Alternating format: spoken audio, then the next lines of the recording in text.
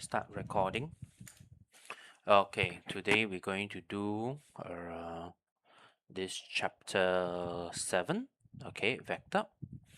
Okay, so for this topic, I'm trying to make it as simple as possible. Okay, so a lot of students worry about the vector because they say that they cannot really imagine the shape in three-dimensional, or maybe they are not very good with the diagram. Okay, so therefore they maybe find it difficult. So my way of teaching this topic vector, I'm going to make it like a formula on or less depending on diagram. Okay, so for this vector topic, I'm going to split it into three parts. Okay, which is a concept of vector. Okay, diagram questions. Okay, geometry questions. Okay, okay, then straight line in 3D. Okay, so okay, first of all, we need to understand the theory concept of vector. Number one, in the real world, we actually have several ways to actually do measurement. Okay, we have the scalar measurement, we have the vector measurement, another one is called tensor. Okay, so what exactly is scalar? Scalar is just referring to the quantity itself, so quantity. Okay, but vector, we have the quantity and the direction.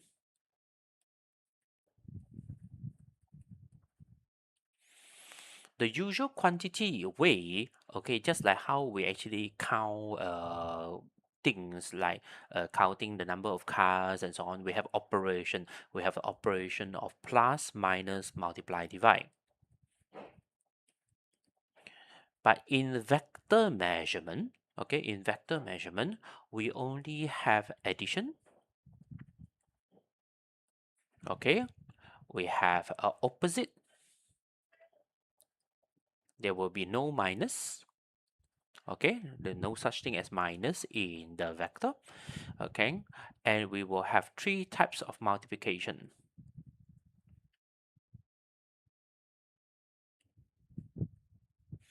Okay, these three types of multiplication, they are scalar multiple. Okay, dot product and cross product.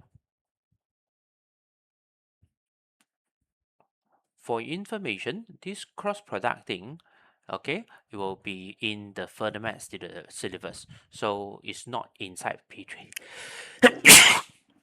not in P3. Okay, and furthermore, since there is no minus, therefore there will also be no divide. Okay, so the magnitude of a vector, okay, is referring to the quantity itself. The quantity that we're referring. The direction of the vector, okay, we are talking about left, right, up, down, of course, okay, because you're actually describing the direction, okay, where the particle or the object is actually moving or going. But there are in the real world, there are so many different ways for us to describe the direction. What will be the best way for us to actually describe the direction? How are you going to describe a direction from maybe your house to your school? Okay, so over here in this topic, we do it in the form of using standard axis. Okay, as you can see, you can actually see a left hand. Okay, they're pointing the middle finger here, they're pointing as I, and you have an index finger as J, and your thumb as K. Okay, so you can actually uh, align them in this form. Okay, that which is this one. This direction is your I, this direction is your J, and this direction is your K. Okay, Then furthermore, you also have the axis, okay? Where we can actually label them in the form of the axis. As you can see, this is the red color is your x-axis, this is your y-axis, this is your z-axis. Okay, the x-axis here, what does the I actually representing? The I represents one step to positive x-axis. So the I actually give you the quantity of one step towards a specific direction, x positive x direction. And what does the J actually representing? The J representing one step to positive y-axis. Again, the J here gives you a specific quantity, one step with a specific direction, the positive y-axis. And the K here representing one step to positive z-axis. Okay, so if when somebody actually give you in the form of maybe 1i plus 2j plus 3k, this actually give you an instruction of moving one step to the positive x-axis followed by two steps to the positive y-axis, then followed by three steps to the positive z-axis. This is how we describe direction. Okay, this is how we describe direction. So from here, as you can see, I write in the form of the number together with the vector. Okay, this is a way for us to actually write the expression, write the notation. So we have a vector notation that we actually can refer. Okay, the vector notation can be written in the form of A with a curvy like this, okay, or with the capital letter A, B with an arrow, or in the form of xi plus yj plus zk, as how I actually written down here. Okay, where x, y, z representing how many steps that you need to move along the positive x-axis, positive y-axis, and the positive z-axis. Or sometimes we also can written in the form of x, y, z in this way. This writing is called column vector.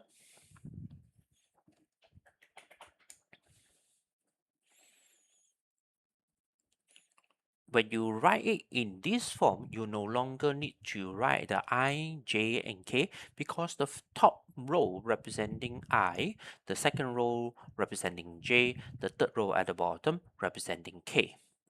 Okay, but for exam wise, okay, for your exam, you are required to write your final answer in the form of IJK form for your, okay, as a final answer.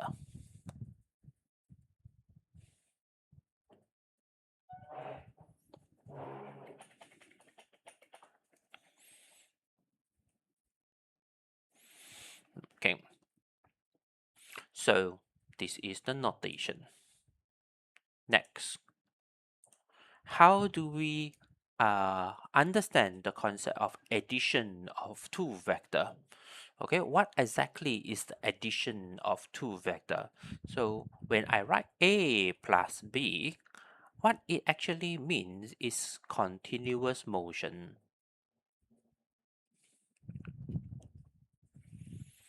Okay, so maybe I have my A going this way, I have my B going this way,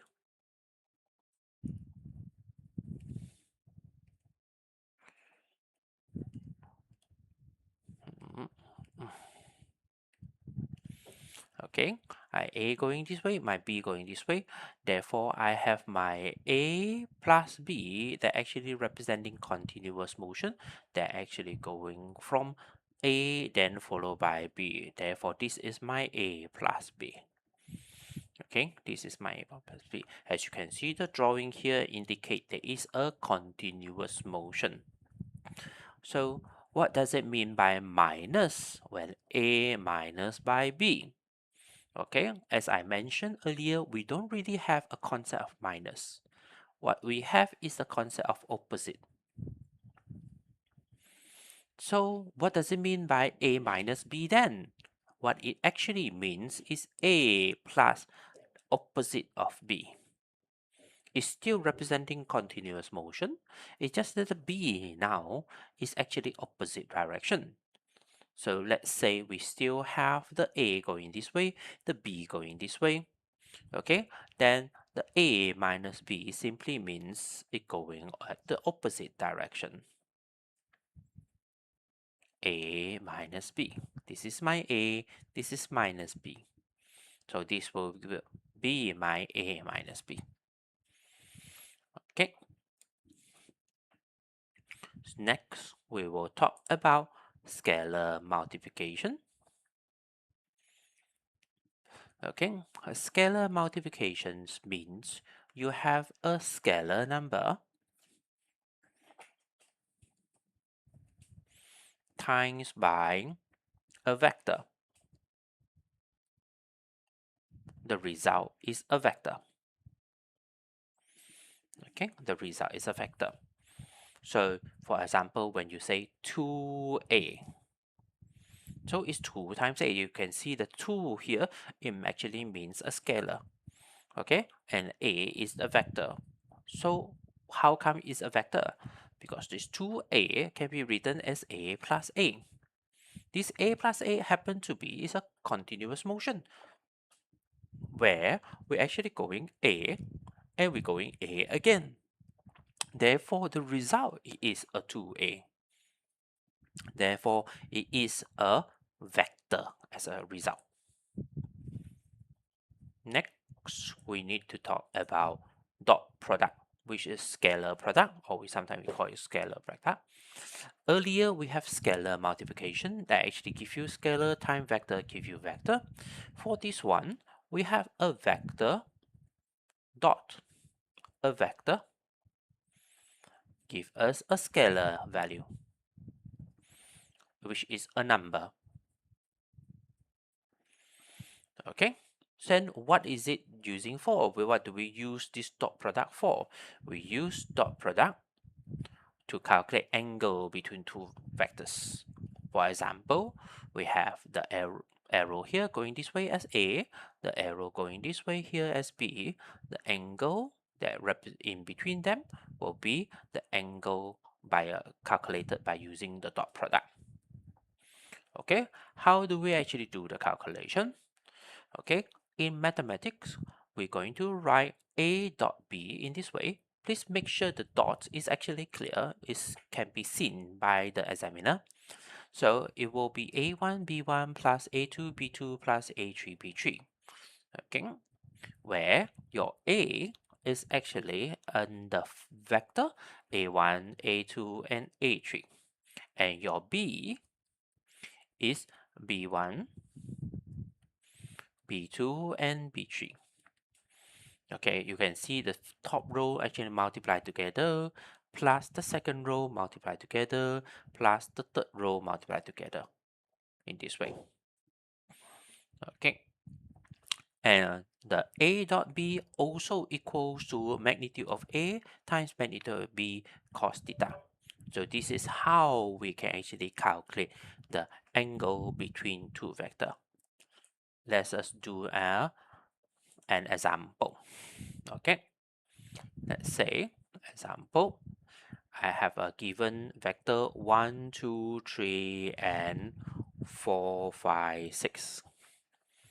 Okay, to calculate angle in between 1, 2, 3, and 4, 5, 6, we're going to do 1, 2, 3 dot 4, 5, 6 equals to magnitude of 1, 2, 3, magnitude of 4, 5, 6, followed by cos of theta.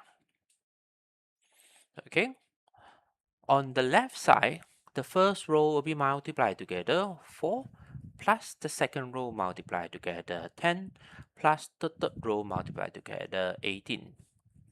And of course over here, the square root, square root, we will simplify the number square root 14. This one, we simplify the number, square root 77 cos theta. And we will get the theta. After pressing your calculator, you have a 12.9 degree. This is how we actually calculate the dot product, or with by calculating the angle in between. Okay, next one. We want to talk about concept of position vector. Okay, what does it mean by position vector? When I give you a coordinate A, let me use another color. When I give you a coordinate A, which is 1, 2, 3, okay, this is a coordinate.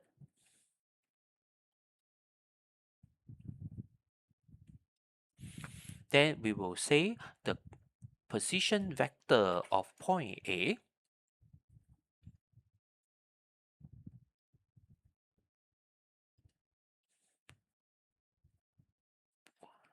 as I plus 2j plus 3k, or we can write as 1, 2, 3 like this. Okay, so in other words, position vector means coordinate. Okay, what does it mean by direction vector? Okay, so for direction vector, if I only give you a vector 1, 2, 3, okay, without telling you where is it starting from, where is it ending, you can't really tell this is a position vector. It only describes to you the direction of this vector is actually moving one step to the positive x-axis, 2 steps to the positive y-axis, and 3 steps to the positive z-axis. But it doesn't tell you where do you start, where do you end. This is the direction vector. So in this case, okay, students will start to get confused. The 11 also written in the form of 1, 2, 3. 12 also written in the form of 1, 2, 3. How do I know which one is a position vector, which one is a direction vector? So for position vector, we will present it as vector OA. 1, 2, 3. When you see something that's starting from O to A, that means it's a coordinate.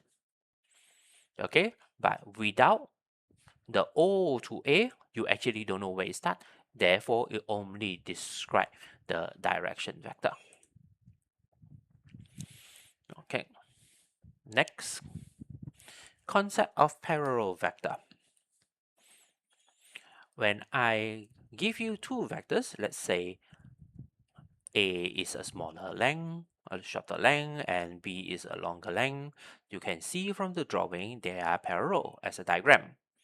Of course, we all, from symbols, we also can write it as a form of A parallel to B in this way, symbolic. But both the diagram and the symbol, it doesn't help us to do any calculation at all. We actually can see that A is actually a portion of B if we overlay them. Therefore, over here, we say that B is actually a portion of A. In other words, whenever you see this form, we can actually say that A is parallel to B. What about equal vector? Equal vector has a strict condition. Whenever we say A equals to B, it carries two specific meaning. Okay, one is A parallel to B. Another one is the length A equals to the length B. You can see from the previous line we used the symbol equal for the B equals to KA. So B is parallel to A. We already show it from the item 13. But the equal, the KA here, actually guarantee that the distance is the same. Therefore, there is an equal. So you can say B is equal length to the KA. So over here, whenever we say in item 14, whenever we say A equals to B, equal vector, the left equals to the right. The length of the left side must be equals to the length of the right side. The vector of the left side must be parallel to the vector to the right side. Okay. Then, concept of zero vector. Whenever you see something written in this form, 0 with the curve underneath, okay, it can be carried as two different meanings. The first one means sum of the vector equals to 0 vector. The second meaning is the magnitude of the vector equals to 0. What are they actually representing? Okay, what do they mean? Let's say I give you a series of instructions. I give you a person. Okay, I ask this guy to actually moving 3 steps to the right. 1, 2, 3. Then after that, I ask the person to actually go back with 3 steps. 1, 2, 3. So technically the person is actually didn't move at all. But did the person actually move? Did the person actually follow the series of instruction? Yes, he did. Okay, you're moving 3 steps to the right, then 3 steps to the left. So there will be the sum of the vector equals to 0.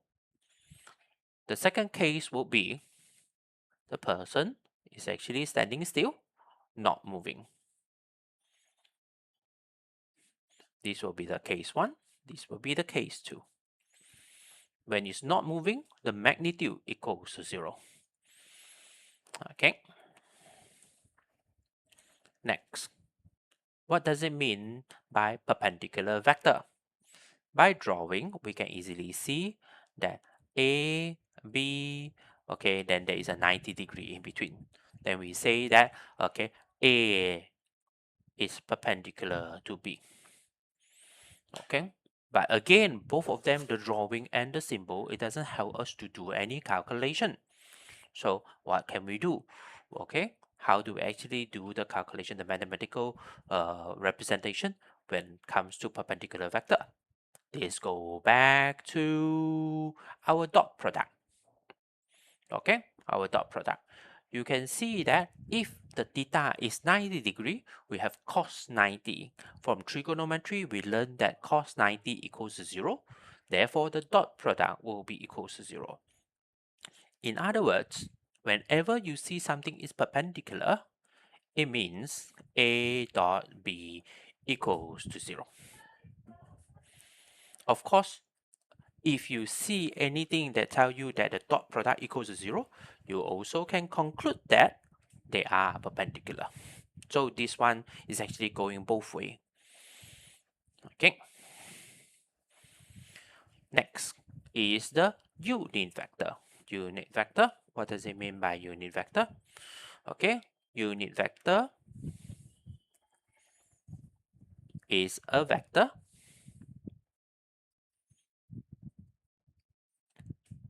that represents one step for a specific direction. Okay, we're talking about specific direction, but the key step is one step. Therefore, the magnitude of a unit vector, the unit vector, we label it as a head like this, okay, is 1 because it's one step. Okay, and the v head like this, we read it as, okay, v head. Okay, we read it as v head, unit vector. That's the symbol. Okay, so for example, okay, I is a unit vector. J is a unit vector. K is a unit vector.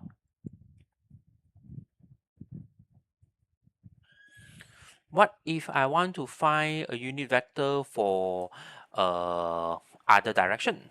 For example, maybe I want to calculate, okay, the unit vector of 1 1, let's say 2-dimension 1 1.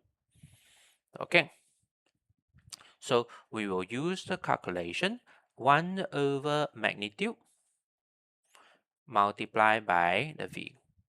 So 1 over magnitude will be square root of 1 square plus 1 square times by 1 1. So I have a 1 over square root 2, 1 over square root 2 as a result. That will be my unit vector. Okay, next we have the star rule. This star rule is actually very helpful for algebra work to do vector algebra. Okay, so this is the how the star rule works. If let's say I have A to B, okay, A want to go to B, so I can write in the form of star B minus star A. Okay, the star here you can actually replace with any symbol possible. Okay, let's say OB minus OA, which is also true. Okay, CB minus CA, which is also correct. Or maybe EB minus EA, also correct. So the star here you can actually see, you can actually replace by anything. Why is it true? Okay, why is it true? Let's do a simple concept. I want to go from A to B. Okay, I want to go to A to B. So, but there is no direct flight that actually help me to go from A to B. Maybe I go from the town O first. So I go to O. Okay, I go through O, A to O, O to B. So you can actually see, okay, A, B here, it can be A to O plus O to B. But A to O, okay, is we know that is opposite of OA. Therefore, is OB minus OA. So if let's say town O is not available, I actually can go to town C, which will actually give me the same result. Okay, so it doesn't matter what symbols they actually replace it here. It's always true. This is the star rule, and this star rule is actually very helpful to do the vector algebra. In order to help students understand about the concept from part A, I will give you a questions, okay, to test you about the concept to see whether do you understand the concept or not. Okay, the questions sound like this. Given HA plus KB equals to SA plus TB, so this is a vector equation where HK, S, and T are scalar number and A, B are vectors. Okay, you are required to write the relationship of HK, S, and T if A is not parallel to B. So A not parallel to B. If A is equal to B, A equals to B, and A is parallel to B. A is parallel to B. So you can see three different situations with the same equation. What exactly is the relationship of H, K, S, and T? Okay, students, you may actually can pause the video, okay, and try to think. We will, once you are actually ready, you can actually look at the answer. Okay, now I think, okay, you maybe have already tried, okay, to write out the HKSNT relationship. Okay, let's see about the answer. So what happened when A is not parallel to B? Okay, from the first one, let's see. So I have HA plus KB equals to SA plus TB. Let's say I gather the AA together first, HA minus SA, then I have TB minus KB.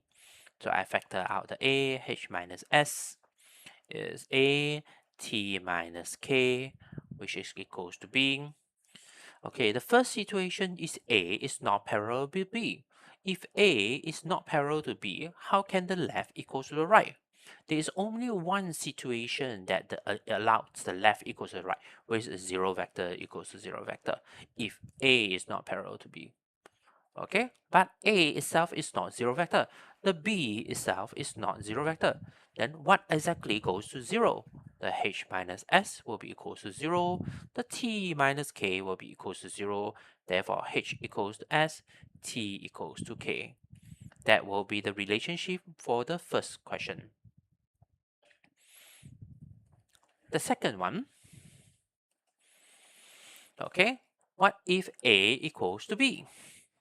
So if A equals to B, HA plus KB equals to SA plus TB. Obviously, the B can be replaced by A. So I have HA plus KA, SA plus TA.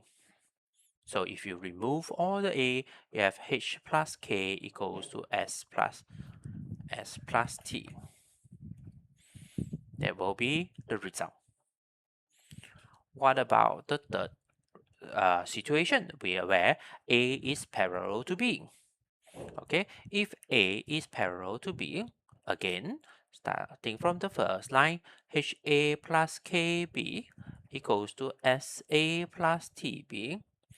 Since A is parallel to B, therefore we know that B can be written as lambda of A is a portion of.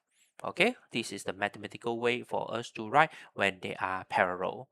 Therefore, over here, I can replace B by lambda A, HA plus K lambda A, okay, equals to SA plus T lambda A.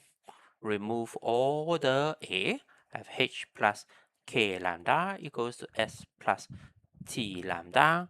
If you rearrange them by writing lambda as the subject, you will get something in the form of S minus H over K minus T as a result.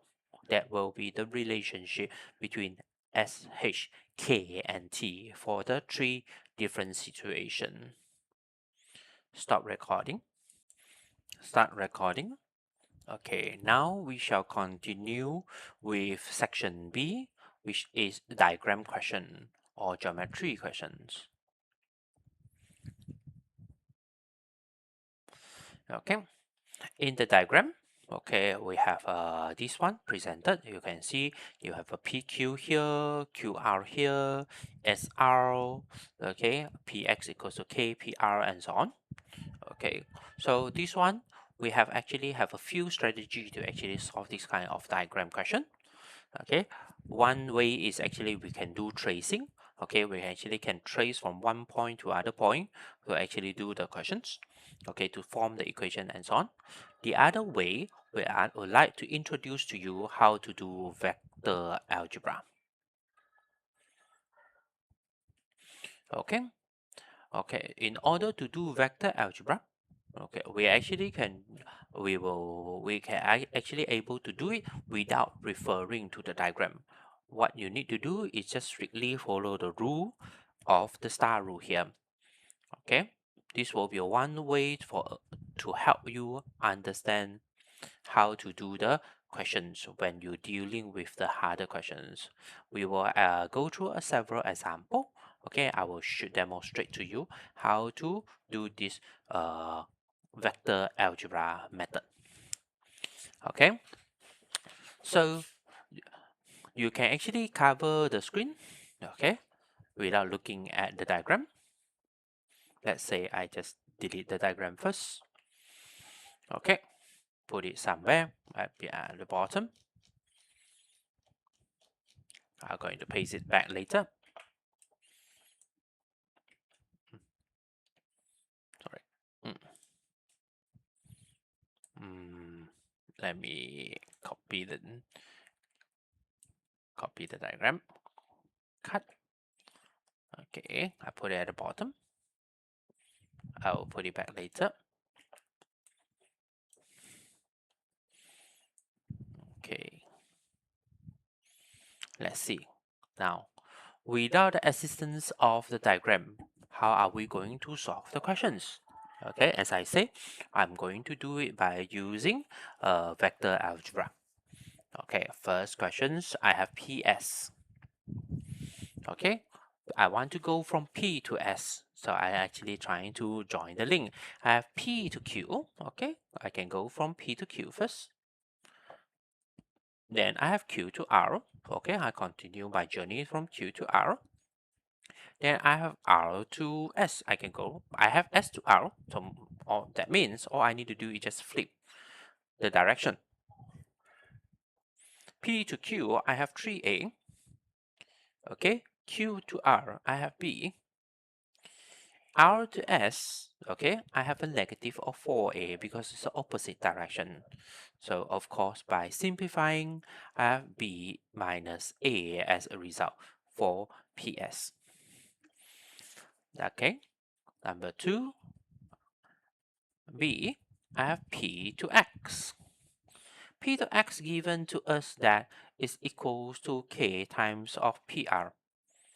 So K times of PR. So maybe I want to go from P to R. Okay, so P to R, it gives me that P to Q. Okay, Q to R. So what you need to remember is how do you actually apply continuous motion. Okay, continuous motion. So P to Q, Q to R, P to Q is 3A, Q to R is B. Okay, therefore I have 3KA plus KB as a result. Okay, after that, what do we have? SQ, C. So SQ, okay, maybe I can go from S to R. Okay, then R to Q. Okay, SQ. I can go from S to R plus by R to Q. As you can see, I didn't refer to any diagram, or I need the information provided by the questions. So S to R is 4A, and R to Q is the opposite direction of QR, therefore is a negative B. Okay, which is done. And after that, D, I have S to X. Okay, S to X, maybe I will use S to P, then plus P to X. S to P, I can get it from question A earlier, PS, and P to X, which is already given in the question B. So I can fill in the information of negative of B minus A plus 3KA plus KB. Of course, in the end, I simplify the information. So I have A and A combined together. I have 1 plus 3K of A, then plus K minus 1 of B. Okay, this is my D. So use the fact that X lies on SQ to find the value of K. So now we want to find the value of K. How to actually find the value of K? They say, give us information X lies on SQ. Okay, what does it mean? Okay, that means S to X is actually a portion of SQ. Because if X lies on SQ, okay, X must be parallel, the SX must be parallel to SQ. They are collinear, they are from on the same line.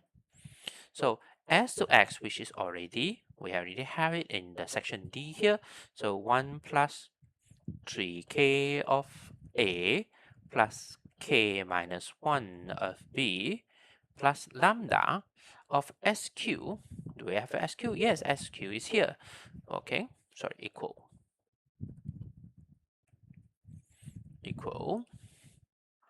Okay, SQ is here. So we have 4A minus B. So from here, if we compare the component of A and the B, so on the component of A, I have 1 plus 3K equals to 4 lambda. I compare the component of B, I have K minus 1 equals to minus lambda. So in the end, all you need to do is just solve the equation. Solve equation. So you will get K equals to 3/7. That will be a result. As you can see, we solved the entire questions without referring to the diagram. This is what I want to demonstrate to you. Let me put the diagram back.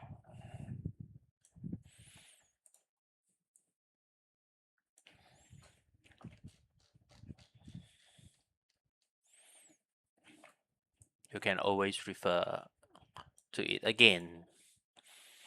Okay, next. This will be a more challenging questions. Okay. The diagram show a cuboid whose vertices are O, A, B, C, D, E, F, G. Okay. Vector A, B, C are the position vector of vertices point A, B, and C here. Prove that the diagonal of OE and BG bisect each other. Okay, so proof. It's a proving question in vector. So how do we even prove? Okay, we know this is a cuboid. Okay, so if we draw the length of BG and the OE, okay, our common knowledge says that yeah, it must be bisect. Let's say we call him M, the middle. Okay, there's definitely bisect. But the problem is I cannot assume that I know. Okay, you cannot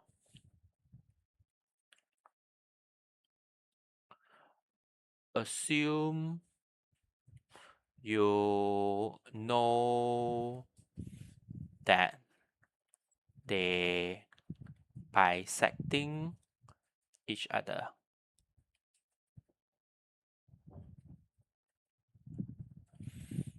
Okay, so over here, what exactly is the objective? The objective is to show OM equals to half of OE bisecting, and as well as BM is equals to half of BG bisecting. Okay, this is what we want to show. Okay, we know that this will be appear as a result, but we cannot assume that we know this. Okay, we cannot assume that we know this. Therefore, we need to know how to actually do the algebra. Okay, let's see. So I have O to M.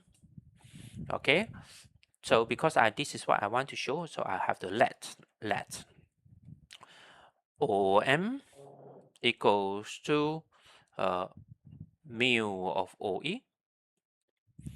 Okay, and let BM equals to maybe K times of BG. Okay, then what exactly is OE? So OE, I can see that I've going to go OA here, then B here, then E. So OE, we know that is A plus B plus C. Although earlier example, we were solving the question without using diagram, but for this proving question, okay, so you is still advisable for students to actually solve it by using the diagram so that students can actually do the proving question. Of course, when you are actually practice enough, you will be lesser relying on using the diagram. Okay, so next and BG. Okay, BG, B to G here, you will see that it go opposite direction of the B, it go positive direction of the A, and go positive direction of the C.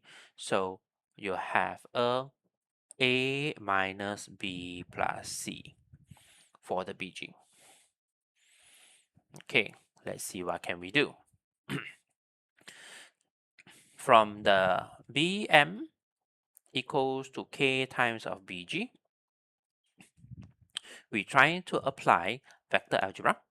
So I have OM minus OB by using the start rule here, and K times BG, which is already have A minus B plus C. Okay, OM, we also have this information equals to mu of OE, so I replace with mu of OE. OB is B, and this is okay, KA minus KB plus KC here. So far so good. Okay, OE itself, okay, OE from here we already see that is equals to A plus B plus C. So mu of A plus B plus C minus B equals to KA minus KB plus KC. Okay, I open up the bracket for the left side and the right side. I will see that I have a mu of A, okay, plus mu minus 1 of B plus mu of C equals to K of A minus K of B plus K of C. From here, okay, I'm trying to do compare. Okay, comparing the A, you will see that mu equals to K, or they are the same. Okay, B, I see that I have a mu minus 1 equals to negative K. Comparing the C, we see that there's a mu equals to K, which is the same as the A. So I'm trying to solve the equation. So solve 1 and 2. Okay, solve 1 and 2. Okay, you can take some time to actually do the calculation. You will discover that mu equals to 1 over 2, K equals to 1 over 2. In the end, you manage to show that they are bisecting each other. Done. So, of course, we do not expect students to know in one shot overnight. After the lesson, you are able to do this kind of writing, okay? Where you definitely need to do a lot of practices. Okay, you definitely need to do a lot of practices. Though, don't be afraid to actually write your mathematics in the working like this. This is called vector algebra.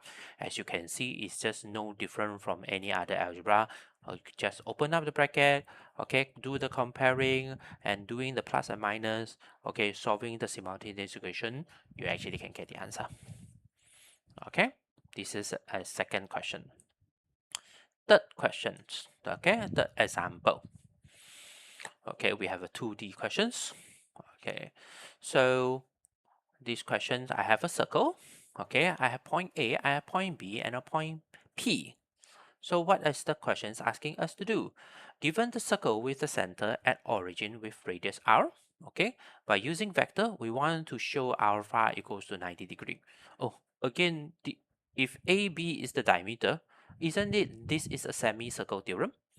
Okay, we know that this is a 90 degree, but now we need to use vector to actually prove it. Okay, we need to use vector to prove it. So there are clues given here. We're trying to write the vector of OA, OB, PA, and PB. Okay, you can pause the video, take a moment, try to do the questions.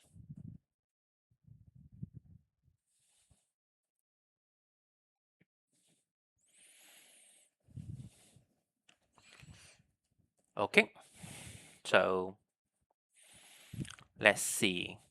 Okay, how do we actually do these questions? Okay, you can see from here, I already label here as a theta. Okay, here as alpha. So the A here, by using SOHCAHTOA, I will have the coordinates of r cos theta, r sine theta. And the B, because it's the opposite direction, okay, so it's a negative r cos theta, negative r sine theta as a coordinate. Okay, therefore over here, I have my vector OA equals to r cos theta, r sine theta.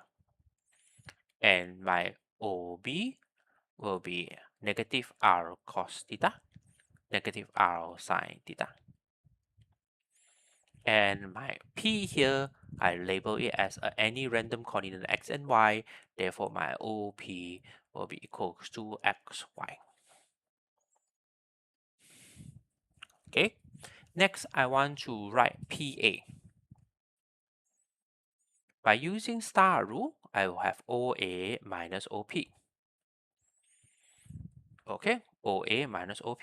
Therefore, I will give me r cos theta minus x, r sine theta minus y. And I need PB,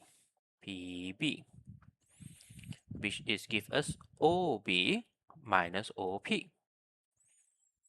Okay, OB here, you have a negative r cos theta minus x and minus r sine theta minus y. Okay, so now I want to show something is 90 degree. So what rule are we using? We are using perpendicular vector. We're using the rule from perpendicular vector. So we say that if something is perpendicular, the dot product of the two vectors will be equal to 0. Okay, so as long as I can actually prove them the dot product equals to 0, it will definitely show that this is a 90 degree. So I'm going to prove the working for PA dot PB. Okay, to show that it's equals to 0. So I have r cos theta minus x. Okay, r sine theta minus y dot with negative r cos theta minus x, negative r sine theta minus y. Let's see what happened. Okay, from the calculation. So from the dot product, we know that the first row multiply together plus the second row multiply together. If there is a third row, we will be the third row multiply together plus. Okay, then for over here, we have a negative r cos square theta square, then minus, this is a plus, no, this is a plus x square. You should able to observe that this is a difference of square. Then over here, I have a plus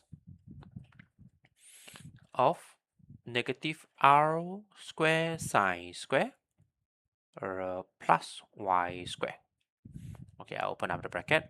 Minus r square cos square theta plus x square minus r square sine square theta plus y square. Okay, what do we have here? We have x square plus y square minus r square of sine square theta plus cos square theta. Okay, sine square theta plus cos square theta obviously is equals to 1. But what about this x square plus y square? Okay, don't forget that this is a circle equation. Back to P1 coordinate geometry. How do we actually write the circle equation? We have a x minus h square plus y minus k square equals to r square, isn't it? Since the center is 0, 0, therefore I have x square plus y square equals to r square. Therefore, this x square plus y square is actually r square. Minus by r square, and this is a 1. You can see that the result is 0. Done. Therefore, we conclude that the alpha is 90 degree. Okay, so there will be exercises here for the geometry type of questions that you can actually practice. Okay, hope that you actually can pause the video and practice for the questions. Stop recording. Start recording. Okay, now we're going into the third part of the vector topic, okay, which is the straight line equation in 3D space.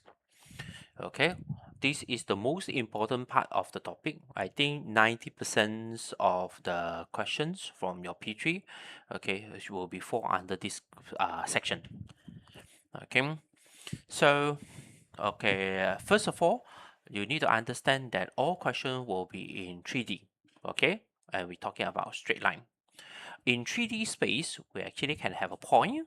Okay, you first of all, you can actually imagine that there's a cake, a birthday cake. Okay, and you have a chopstick. A chopstick actually poke through the point. Okay, so you have an entry point and actually exit point, and this is your chopstick. The chopstick is representing your line. The point on the surface is actually the point. Okay, of course, for the same cake, we actually can take up a knife and actually cut it. Once you cut it, you have a flat surface, and this flat surface is called plane. Okay, for information, the plane question is no longer in the 2020 syllabus. Okay, if you practice your past year, if you see any plane questions, you shouldn't do. The plane questions now will be fall under the further math syllabus. Okay, so what exactly is the straight line equation in 3D? Okay, item number one, students need to know how to form straight line equation in 3D space. Okay, so this is a 3D. First of all, we need 2 points, and let's say point A and point B. Okay, this point A and point B, of course, we can actually join them up together. Okay, extend the line. Okay, so this straight line here is actually formed by a lot of dots. A point. All this point will be represented as the point R. Okay, a general R. Then I want to go from the origin to the R, to the capital R, that represented by the vector R. So the small letter r here, the vector R, will be represented by O to R. But how do I know where should I go? Okay, maybe I landed at the airport first. The airport at A. I go from O to A first, then only go from A to R. Therefore, I can do OA plus AR. Okay, but again, this AR, how far I need to go? Okay, since AR is actually parallel to AB, it can be written in the form of lambda of AB. Okay, so this R equals to AOA plus lambda AB thing. Okay, it is the straight line equation in 3D space. Okay, in the usual straight line, y equals mx plus c. Whenever you change the value of x, you changes the value of y. With the fixed m, we call it gradient. With the fixed c, we call it the y-intercept. It's actually similar for this. Whenever you change the value of lambda, which is the x, you give you the different position of r, which is your y, where your OC is your OA is actually your C, which is the y-intercept, and the AB here, we call it direction vector that representing your gradient. So we call this R as the position vector, which is a coordinate on your cake. Okay, in the 3D space, your OA is a known position vector, and the AB is the direction vector of the line, and lambda, we call it the parameter, the variable that changes the x. Okay, whenever the lambda changes, it gives you the different position of the R. That will be the parameter. Okay, under this 2020 syllabus, there will be application that students will need to know how to do. Okay, the application involve uh, uh, is a point lines on the line. Okay, students are two lines intercepting. Okay, are two lines parallel. Okay, for drawing wise, we actually can do it like this. Okay, maybe a point line. Okay, when the point is a point lines on the line. Okay, if the point lies on the line, okay, it's nothing to calculate. If a point does not lies on the line, maybe I can actually calculate the distance of it.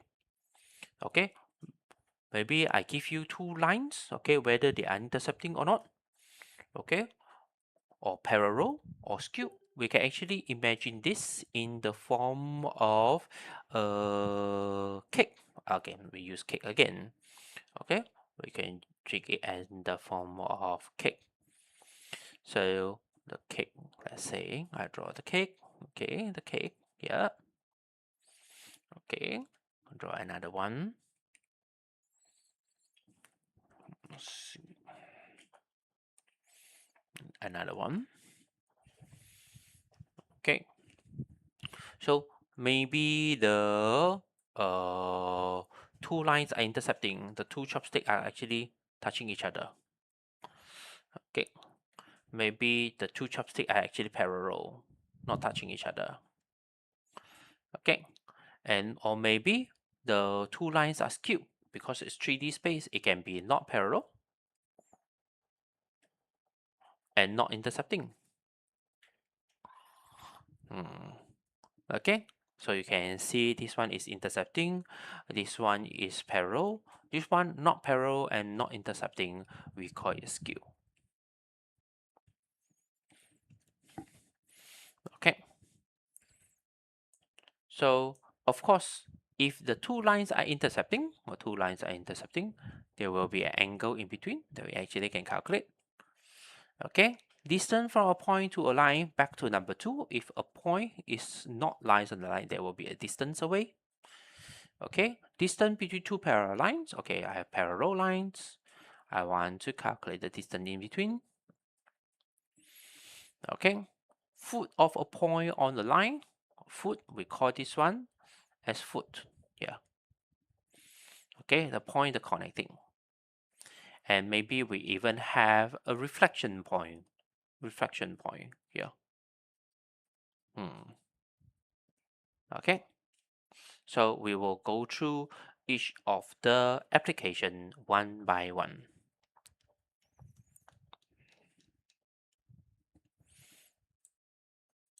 Okay, let's start with number 2. Okay. Okay, is a point lies on a line. Okay, so let's say I give you a point E, okay, which is HKL, and a line L, okay, which is R equals to A plus TB. Okay, so again, let me remind you, if a point lies on the line, okay, does not lies on the line, it will be a distance away, or if a point lies on the line, so it will be on the line itself. Okay, there will be two possibilities. So how do we actually do the checking? So we let, okay, HKL equals to A plus TB. Okay, therefore HKL will equals to A1, A2, A3 plus T of B1, B2, B3. From here, I will get 3 equations. Okay, H equals to A1 plus TB1. Okay, K equals to A2 plus TB2. And L equals to A3 plus TB3. So each of the calculation here, each of this row, I need to calculate their T value. Okay, so if at least one T is different, then we conclude that E doesn't lies on the line.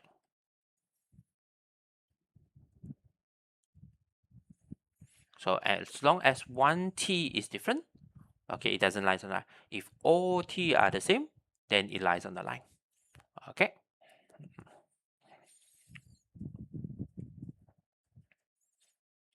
Okay, let's go for the second situation.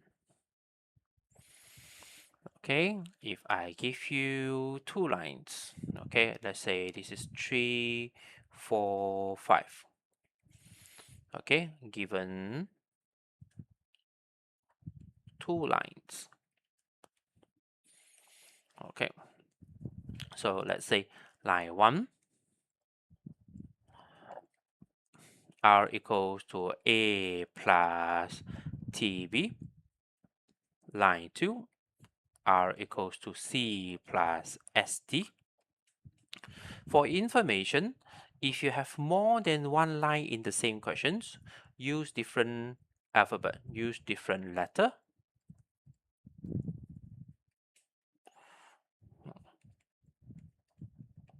For different line.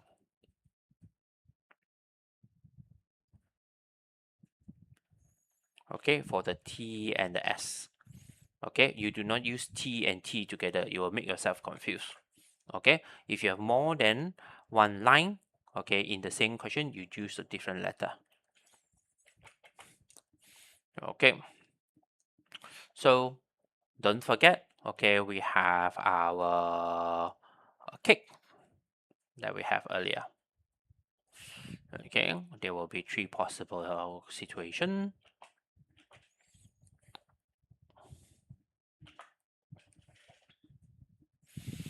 Okay, we can have the two lines intercepting.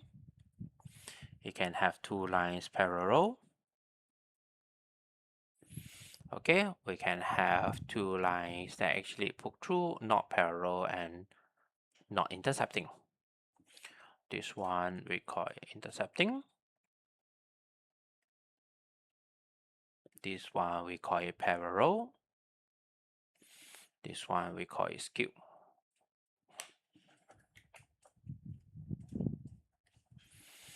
Okay, so how do we actually tackle these questions? It's like an analysis type of questions. Okay, step 1, the very first thing that we investigate is to investigate the direction vector B and D. Okay, so if B equals to K times of D, then it will go to parallel. Okay, if B is not equals to K times of D, okay, it can be skew, it can be intercepting. Okay, it can be skew and it can be intercepting. Then step 2, what do we do? Okay, so if it's a B not equals to K times of D, it's down to 2 cases. So what do we do next? So we let R1 equals to R2.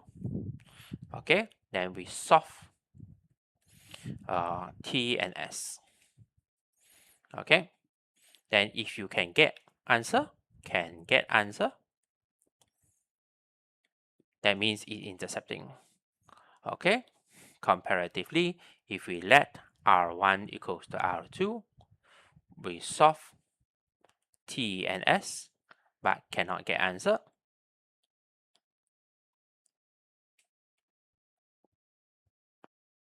So that means it's skew.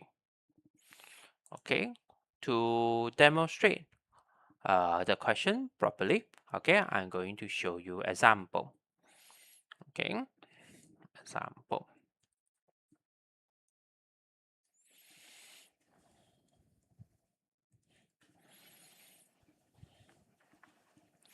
Okay, so let's say line 1 equals to R equals to 2, 4, negative 7, okay, plus T of 2, 1, 3, and line 2, R equals to 1, 14, 16, okay, plus S of 1, -1, -2. Okay, so first of all, we identify 2, 1, 3 cannot be equals to k times of 1, -1, -2. They cannot be written as this. So therefore, we can actually conclude that not parallel. This will be the two direction vector. Step 1. Okay, so since it's not parallel, it's down to two cases. Okay, either they are intercepting or they are skew. So come to step 2.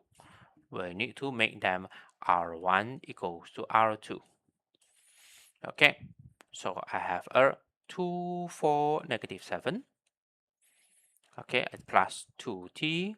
This is plus t. This is plus 3t equals to 1 plus s, 14 minus s, and 16 minus 2s. Okay, I have 3 rows here. Okay, I can choose 2 rows to do my calculation. Okay, so this is row 1, row 2, row 3. Let's say I choose solve 1 and 2. Okay, so let's say I solve 1 and 2. Okay, if I solve 1 and 2, I press calculator.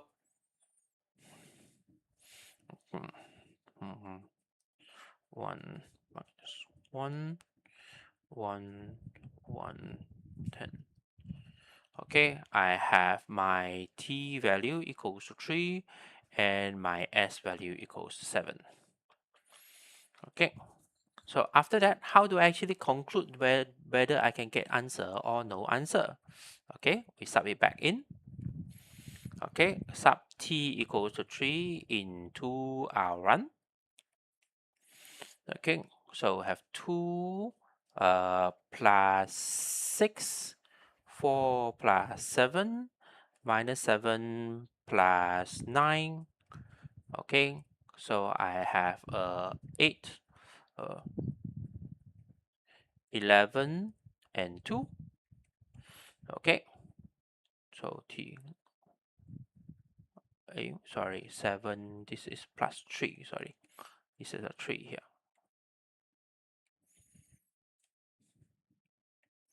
Okay, this is a 7. So, and after that, I sub s equals to 7 into R2. Okay, I have 1 plus 7, 14 minus 7, and 16 minus 14. So I have 8, 7, and 2. You realize that these two, they are the same. Therefore, your conclusion is line 1 and line 2 intersect at coordinate 8, 7, 2. This is how you actually get the answer. Okay, so what about skew? If you get a two different one from the result from the calculation, then your conclusion is they are not intercepting, they are not parallel, hence they are skew.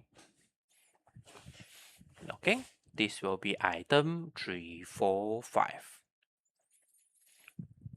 Next, let's look about item number 6.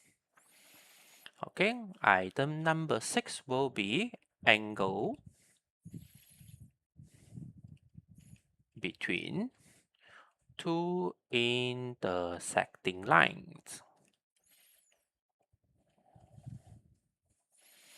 Okay, before I proceed further, please understand that angle between two lines is not the same as angle between two vector. Okay, why is it so? The angle between two vector, we are talking about a vector, okay, another vector, and the angle between them. But angle between two lines, we're talking about the two lines are intercepting, there will be always an acute angle in between. We're not talking about the obtuse angle here. We're only referring to the acute angle. Only refer to acute angle. Okay, so during exam, please make sure you read the question carefully and answer them accordingly. So we are not doing angle between two vectors, we are doing angle between two lines. Okay, so over here, how do we actually do the calculation? So given R1 equals to A plus TB, okay, R2 equals to C plus SD, and they are intercepting. Hence, the angle in between will be arc cos of modulus, okay, B dot D over magnitude of B magnitude of D. Okay. So earlier, from the earlier example, we already seen that, okay, the these two lines actually intersecting at this point. Okay, let me just copy down the questions.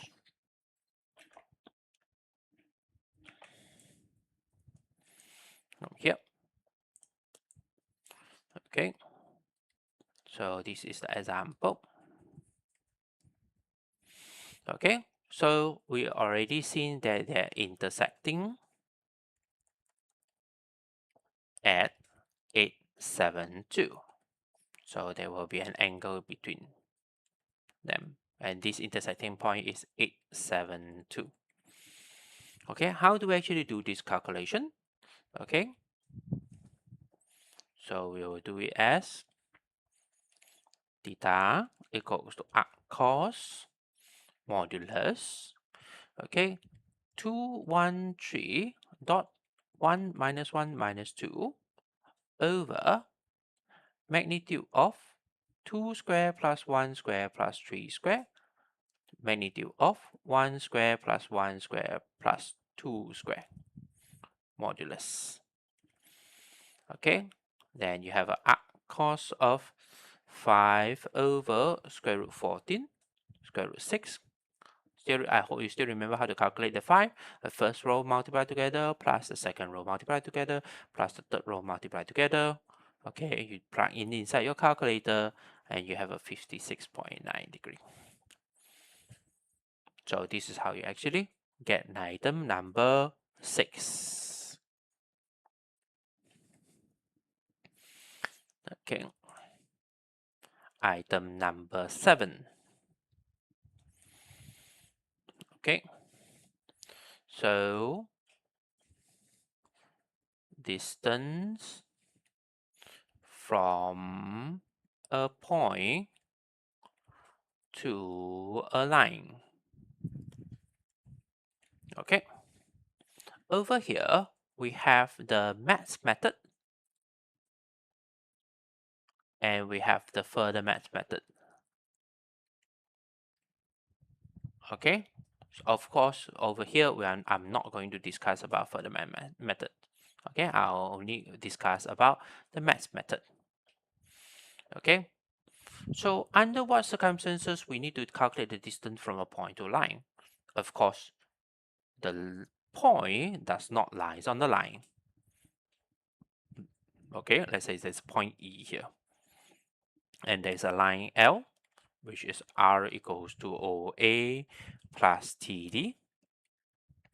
Okay, so the idea here is to create a right angle triangle.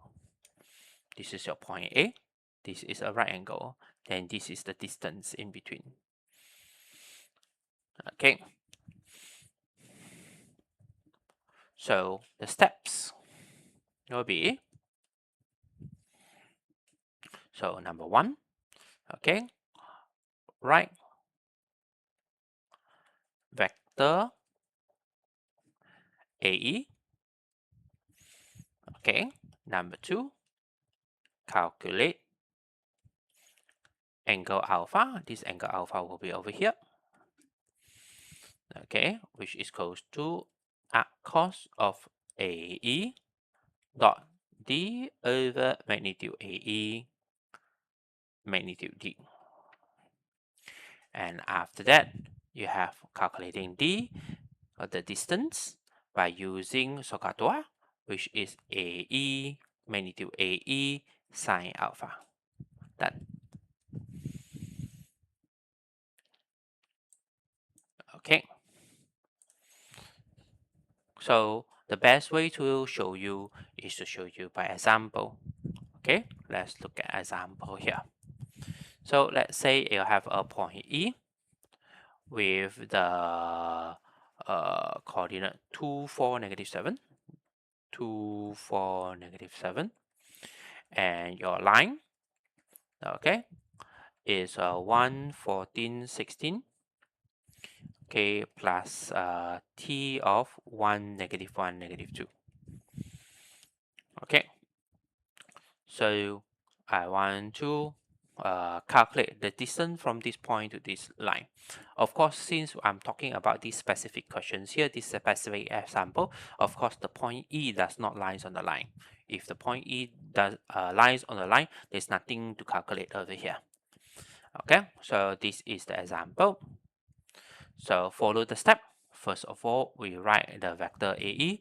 The vector AE using the vector algebra. We have OE minus OA. OE, which is 2, 4, -7, minus OA, 1, 14, 16. Okay, so I have a 1, -10, -23. After that, I need to calculate the alpha. Which is I need a vector AE dot D and a magnitude of AE, magnitude of D. So magnitude of AE, okay, I have a 1 square plus 10 square plus 23 square, square root. Okay, I have a square root of 630.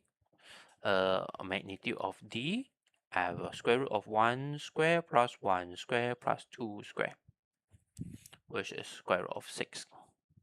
Okay, so I want to calculate my alpha, which is arc cos of, okay, 1, -10, -23 dot with 1, -1, -2 over magnitude of 630, magnitude of 6. So arc cos of, okay, I have the value 1 plus 10 minus 46. Okay, square root of 630, square root of 6. Okay, so I press calculator. So I have a 22.01204701 degree. Okay, in the end, my distance equals to magnitude of AE, okay, sine alpha. Okay, I have a square root of 630 sine of 22 degree. I have a 9.41 units.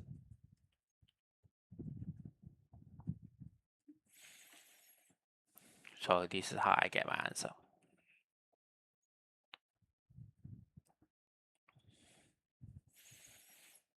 Okay, this is item number 7.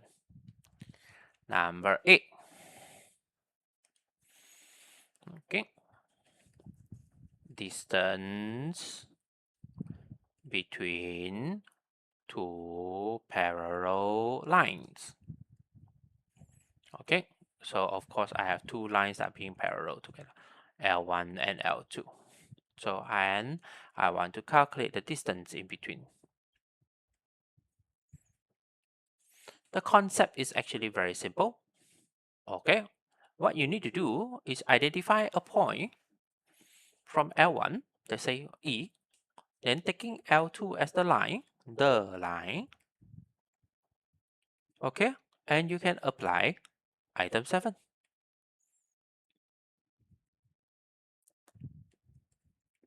which is distance from a point to a line.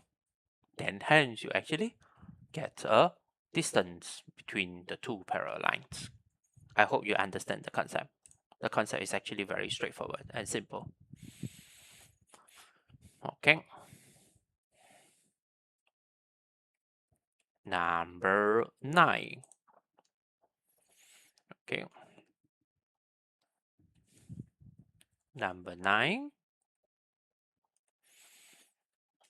is called foot of a point on a line. Okay. So we can use this example again.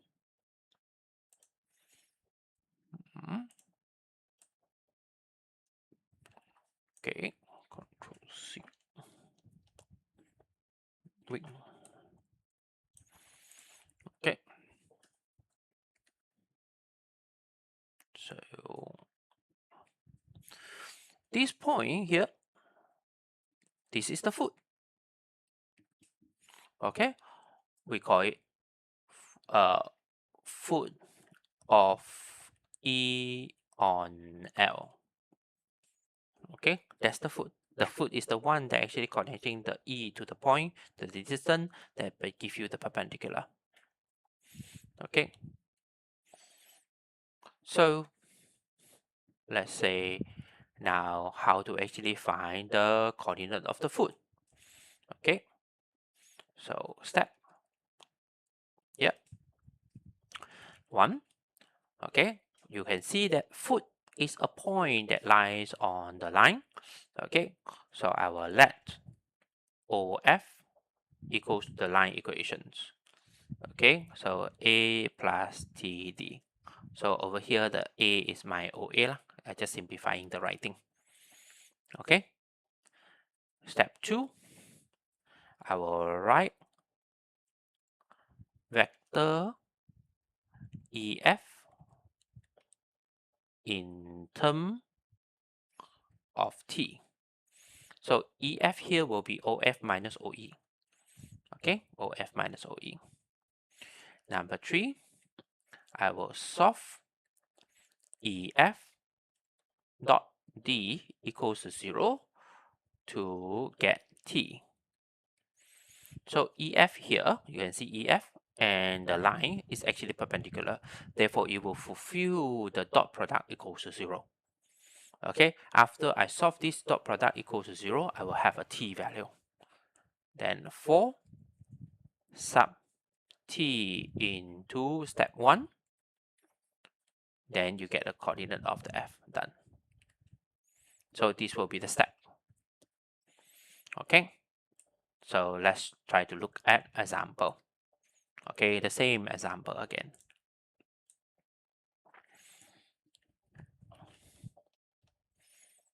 So let's see how things work. Okay, so from the working. Okay, I will need my vector OF first. So, okay, I let OF equals to 1 plus T, 14 minus T, 16 minus 2T. Okay, then after that, I need to have my vector EF. EF will be OF minus OE. Okay, which will be 1 plus T, 14 minus T, 16 minus 2T, minus by 2, 4, negative 7. Therefore, I will have a T minus 1, 10 minus T, and 23 minus 2T. Okay. Next, I need EF dot D dot D is okay. 1, negative 1, negative 2 equals 0. That actually gives us T minus 1, 10 minus T, 23 minus 2T, dot with 1 minus 1 minus 2 equals 0. Okay, I will need to do my calculation. So t minus 1 minus 10 plus t minus 46 plus 4t equals 0. Okay, what will be my t value? I get my t value as 9.5. Okay, so step 3 done. So in the end, I put it back into f or f. So 1 plus 9.5, 14 minus 9.5, 16 minus 2 times 9.5. So I have a 10.5, I have a 4.5, and I have 19, so negative 3. Therefore, the coordinate f is 10.5, 4.5, and negative 3. Done. Okay, take your time to digest. This will be item number 9. And finally, the last one, item 10. Okay, so we have a reflection point.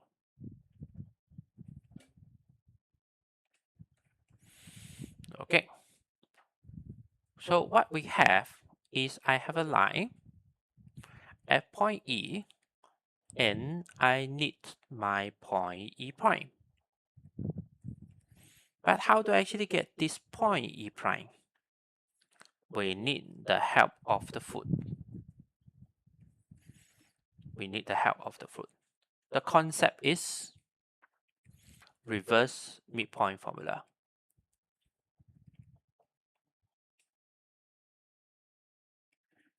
Okay, so let's look at the example in the easiest way. Okay, I have the coordinate E from the earliest example as 2, 4, and negative 7. I have my coordinate F as 10.5, 4.5, and negative 3.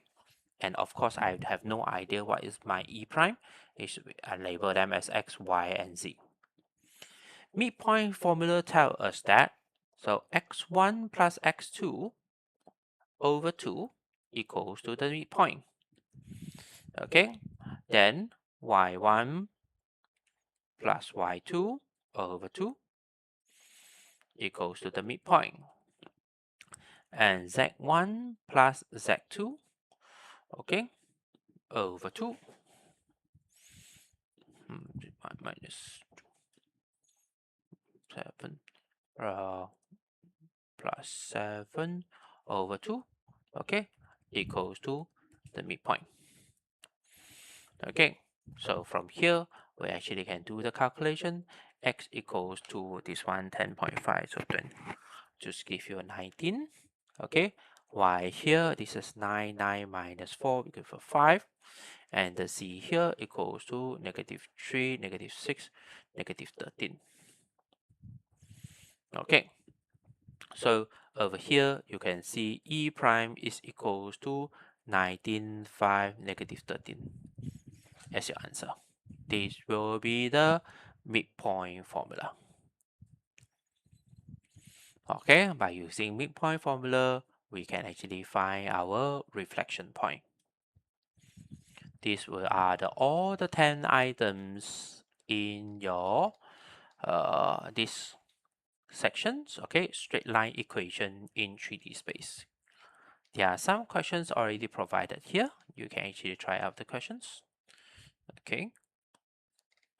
And the answer is actually given on this side. That's all for chapter 7 vector. Stop recording.